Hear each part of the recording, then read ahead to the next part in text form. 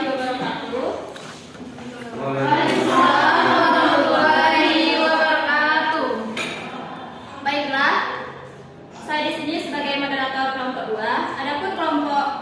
Adapun anggota kelompok saya, yang pertama saya sendiri, yaitu Sahara. Adapun rekan saya adalah Dika Rizal. Baiklah, untuk materi selanjutnya yang akan disampaikan oleh rekan saya, yaitu Dr. Saiful Selamat. Baiklah, saya akan menjelaskan materi yang pertama, yaitu keterampilan menjelaskan dalam pembelajaran. Keterampilan menjelaskan dalam pembelajaran adalah keterampilan menyajikan informasi secara lisan yang diorganisasi secara sistematis untuk menunjukkan adanya hubungan antara suatu bagian dengan sebagian lainnya. Misalnya, antara sebab dan bagian penjelasan merupakan suatu aspek yang sangat penting dalam kegiatan sekunder. Interaksi di dalam kelas kemudian dipenuhi oleh kegiatan pembicaraan, baik seorang guru itu sendiri, guru dengan siswa maupun siswa dengan siswa lainnya. Kemudian, guru harus memiliki keterampilan dalam memberikan penjelasan kepada siswanya. Menurut Alma, keterampilan tersebut diantaranya adalah yang pertama, clarity atau kejelasan yang meliputi yang pertama dalam hal yang perlu dijelaskan. Pertama, kejelasan tujuan. Dua, kejelasan proses atau dalam presentasi, atau yang ketiga, berhubungan erat dengan pencapaian. Kemudian aspek kejelasan yang pertama, pengetahuan dan pengalaman guru tentang subjek. Yang kedua, perencanaan pembelajaran. Dan yang ketiga, membuat hubungan-hubungan yang jelas dan tepat. Yang selanjutnya, menggunakan contoh-contoh dan ilustrasi. Kemudian ada tujuan keterampilan menjelaskan. Menurut Saifuddin 2012, tujuan utama keterampilan menjelaskan sebagai berikut. Yang pertama, membimbing murid untuk memahami materi yang dipelajari. Yang kedua, melibatkan murid untuk dipesan dan menerima pesan. Yang pertama, ada isi pesan atau materi. Isi pesan atau materi meliputi analisis masalah secara keseluruhan. Dalam hal ini termasuk mengidentifikasikan unsur-unsur apa yang akan dihubungkan dalam penjelasan tersebut. Yang kedua, penemuan jenis hubungan yang ada dalam unsur-unsur yang dikaitkan tersebut. Dan yang ketiga, penggunaan buku atau penjelasan yang disampaikan tersebut tergantung pada kesiapan anak yang mendengarkannya. Hal ini berkaitan erat dengan jenis kelamin, usia, kemampuan, latar belakang sosial, dan lingkungan belajar. Yang kedua, komponen penyajian. Itulah materi pertama yang dapat saya jelaskan. Selanjutnya saya kembalikan kepada Mbak. Materi selanjutnya yaitu prinsip-prinsip keterampilan menjelaskan. Yang pertama, penjelasan dapat diberikan pada awal, di tengah, ataupun di akhir jam pelajaran, tergantung pada keperluannya. Yang B, penjelasan harus relevan dengan tujuan pembelajaran. Yang C, guru dapat memberikan penjelasan apabila ada pertanyaan dari siswa ataupun yang direncanakan oleh guru sebelumnya. Yang selanjutnya, materi penjelasan harus bermakna bagi siswa. Yang terakhir, penjelasan harus sesuai dengan kemampuan dan karakteristik siswa. Adapun materi selanjutnya yaitu tahapan-tahapan keterampilan menjelaskan. Yang pertama, menyampaikan informasi. Secara sederhana menyampaikan informasi ini, guru menguraikan istilah-istilah asing yang belum dikenal peserta didik. Yang ketiga, menjelaskan langkah. Yang kelima, latihan. Langkah terakhir di dalam penjelasan adalah latihan. Latihan peserta didik dengan mencari hubungan sebab akibat pada fenomena atau peristiwa yang lain. Adapun materi selanjutnya yaitu kekurangan dan kelebihan keterampilan menjelaskan. Adapun kelebihannya, yang pertama, lebih mudah dalam mengembangkan kemampuan siswa dalam menemukan, mengorganisasi, dan menilai informasi yang diterima.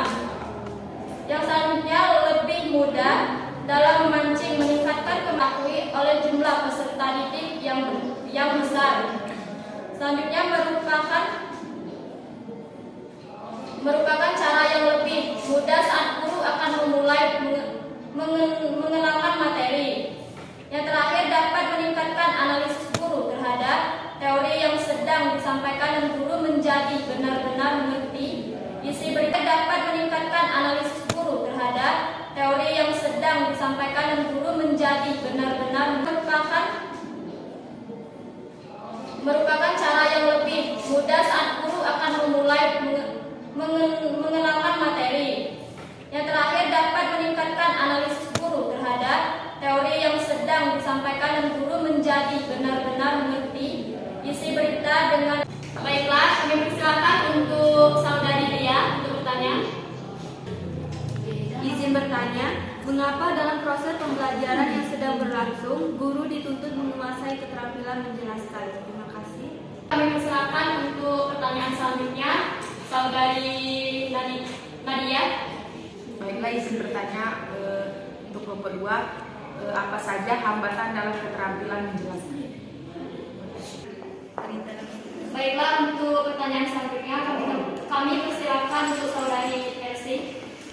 Baiklah, izin bertanya, bagaimana cara mengatasi seorang pelajar supaya tidak terbata-bata pada saat menjelaskan materi pembelajaran? Untuk pertanyaannya, berikan kami waktu untuk mencari jawaban terlebih dahulu.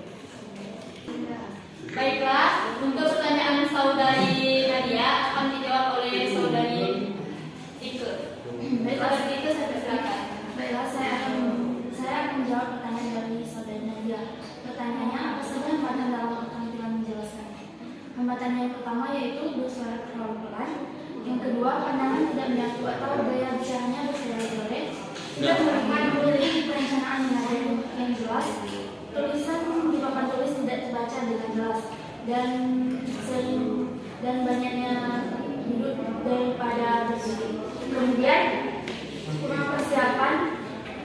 Yang kedua, karakter peserta didik yang beragam, atau yang ketiga, menemukan bakat atau susahnya menemukan bakat dan minat peserta didik dan kurangnya konsentrasi.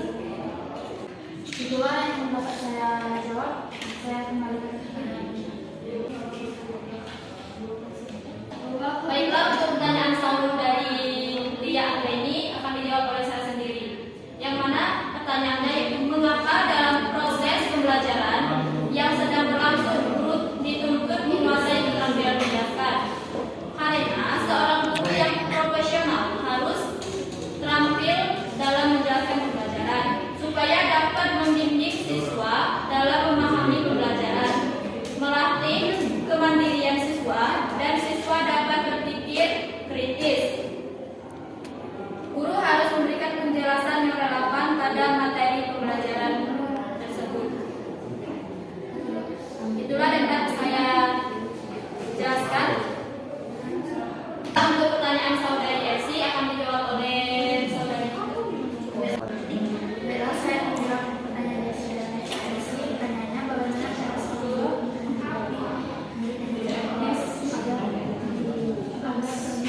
agar menjelaskan?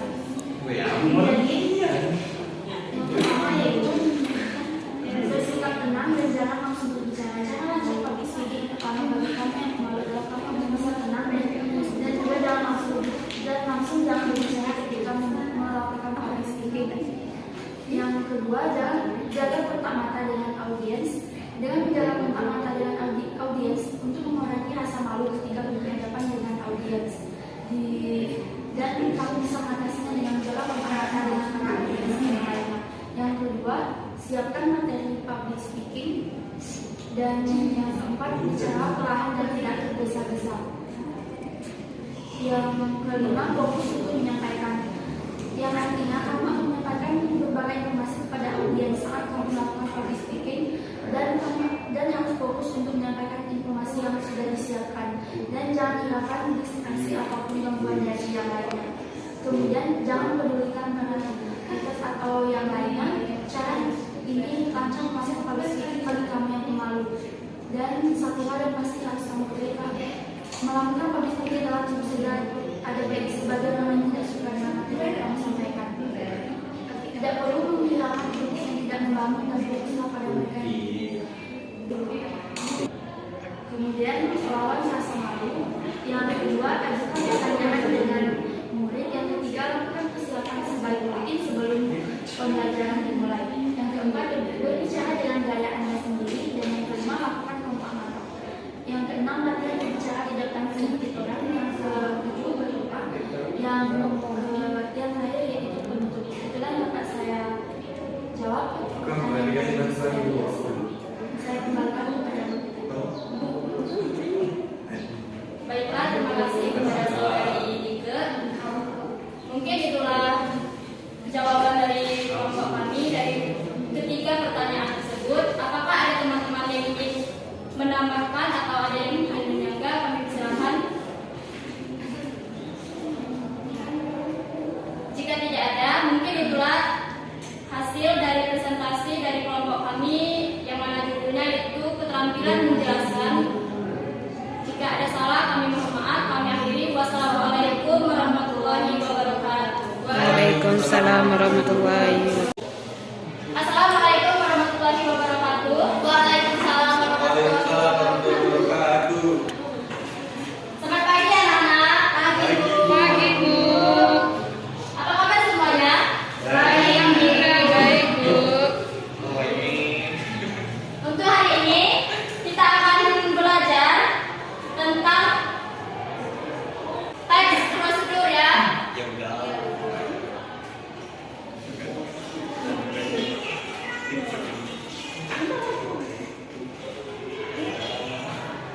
Apakah anak-anak pernah dengar teks prosedur? Ada yang bisa menjelaskan apa itu teks prosedur? Teks prosedur? Pernah Bu? Sering Bu. Teks prosedur? Langkah-langkah ya. Cara-cara Bu. Step by step. Apa lagi? Cara-cara. Baik. Selanjutnya? Mungkin itulah kan? Ya Bu. Nah, dari sejarah sini benar sekali. Jadi, teks prosedur adalah langkah-langkah untuk melakukan suatu kegiatan. Baiklah, untuk tujuan dari teks prosedur yaitu tujuan tujuan dari teks prosedur untuk mengetahui bagaimana cara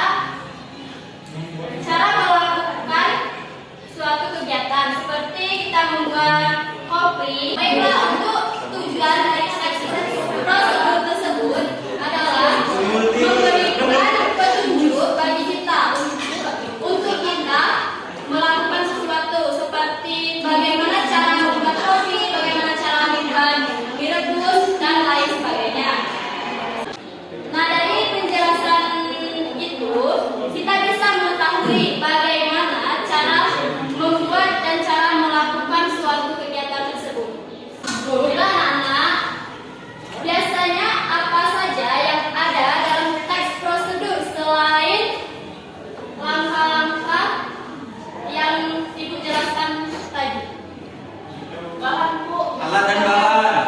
Bahan ya. Bu. Alat dan bahan Bu.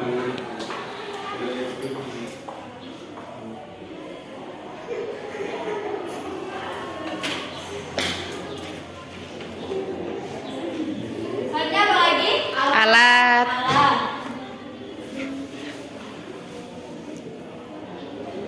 Ada lagi? Tahu Bu. Cara.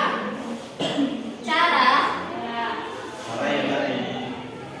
Tutorial. Nah, dari ketiga bahan, alat, dan cara ini termasuk ke dalam struktur teks prosedur.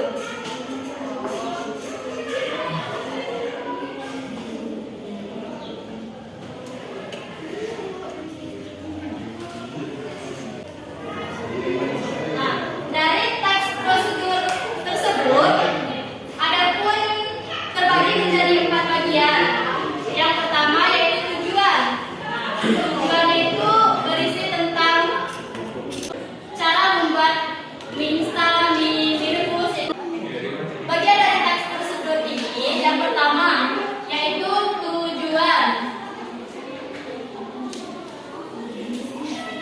Isi dari tujuan ini yaitu kita mau melakukan apa, kita mau ngapain, yaitu kan contohnya seperti cara kita membuat kopi, yaitu kan kita mau ngapain, seperti contohnya seperti membuat kopi, membuat mie instan. Nah, selanjutnya yang kedua yaitu material.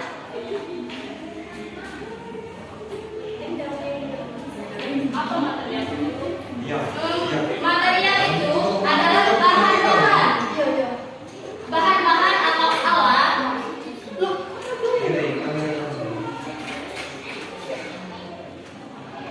Nanti kamu mau diberi, kamu mau siapa?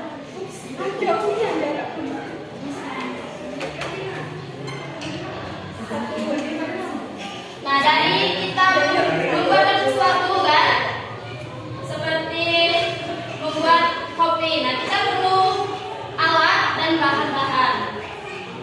Selanjutnya yaitu langkah-langkah.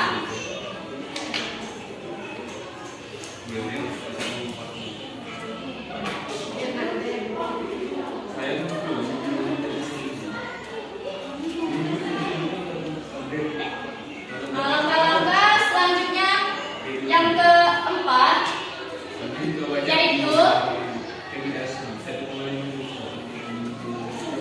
yang terakhir penutup ya.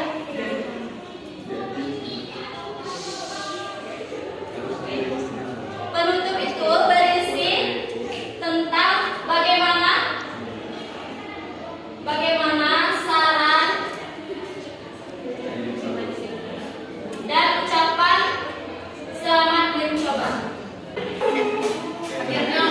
Nah, dapat kita simpulkan dari penjelasan tersebut, yaitu teks tersebut merupakan teks yang berisi langkah-langkah dan kegiatan yang ingin dilakukan.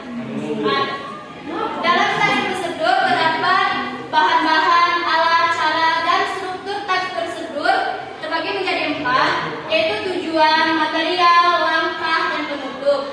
Mungkin itulah dapat saya sampaikan. Untuk materi selanjutnya akan disampaikan oleh saudari Ike. Mungkin saya akhiri. Wassalamualaikum warahmatullahi wabarakatuh. Nah, di sini kita akan belajar mengenai ciri dari teks prosedur. Apa sih dari ciri teks prosedur itu sendiri? Nah, di sini terdapat 5 ciri teks prosedur. Ciri teks prosedur.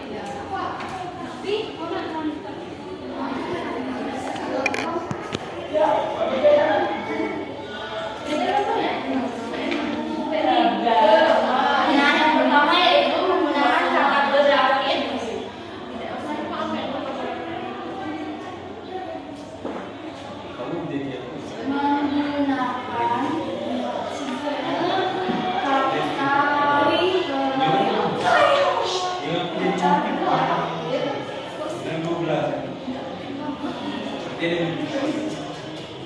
Di sini kata kerja aktif itu kata yang menyebutkan pekerjaan dan tindakan. Nah, contohnya yaitu memotong. Nah, di sini siapa yang bisa memberikan satu contoh dari kata kerja? Iris. Ya, memakan, mengaduk. Memotong, Bu. Mengorek, mengaduk, menggigit. Ya, semuanya benar ya.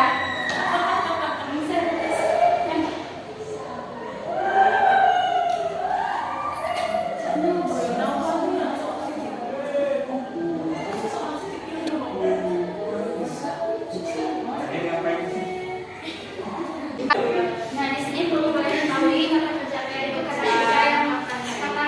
kerja yang menyebutkan tentang pekerjaan dan tindakan. Di sini terdapat 3 contoh, yaitu memotong, mengaduk, dan mengiris.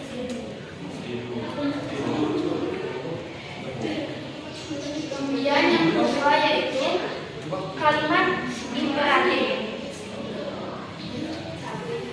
Nah,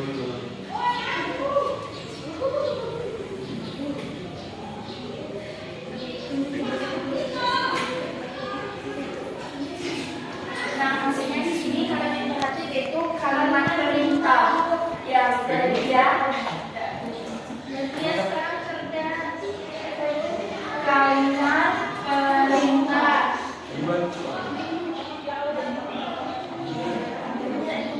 Nah, di sini ada yang disambungkan contoh dari kalimat perintah. Ambilkan bal itu, siapkan, tambahkan gula. Ya, bagus. Harus sampai kata. Merevitalisasi.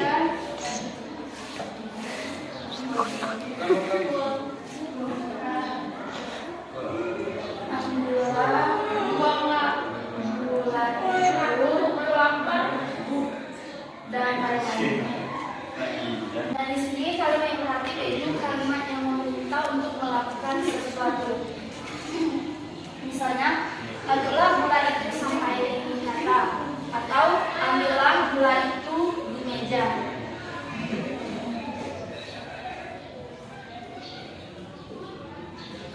Kemudian yang ketiga, menggunakan kata keterangan.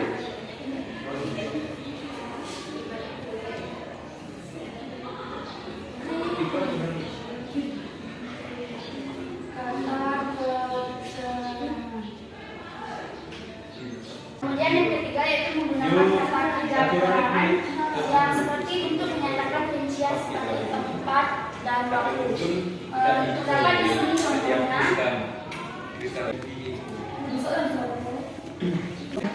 Nah, di sini yang ketiga yaitu menggunakan kata keterangan yang contohnya gunakanlah untuk itu pada malam hari, yaitu itu sudah jelas memberikan kata keterangan.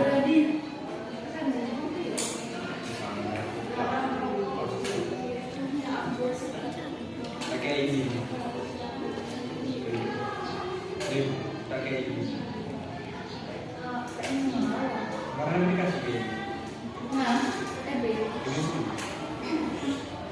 Kemudian yang keempat yaitu kalimat larangan atau syarat.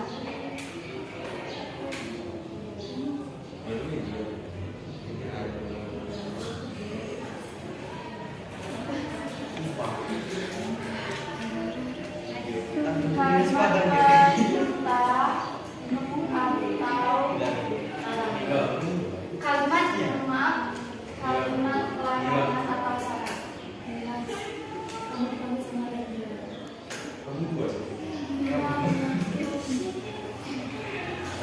Mungkin di sini kalian sudah pernah mendengar kalimat larangan atau syarat. Nah, di sini ibu akan memberikan satu contoh dari kalimat larangan. Jangan menaruh garam di atas piring tersebut. Itu sebenarnya contoh kalimat larangan.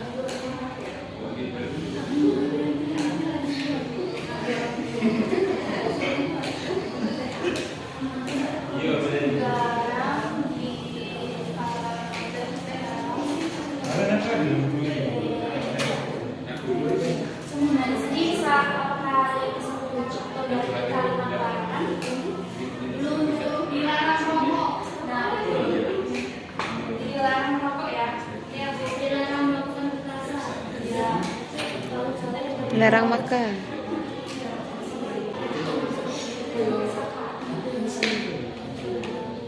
Nah, di sini dua contoh ini termasuk dalam kalimat larangan.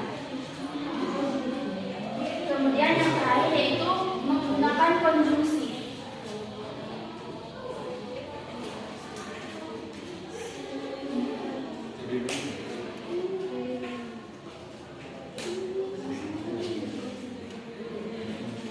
Nah, di dalam studi teks prosedur yaitu yang terakhir menggunakan konjungsi. Apa itu konjungsi? Ya, betul sekali ya. Dalam teks prosedur ini, konjungsi yaitu kata hubung yang fungsinya untuk menyatakan urutan. Di sini terdapat contoh dari kata konjungsi yaitu selanjutnya, setelah itu, dan lain-lain.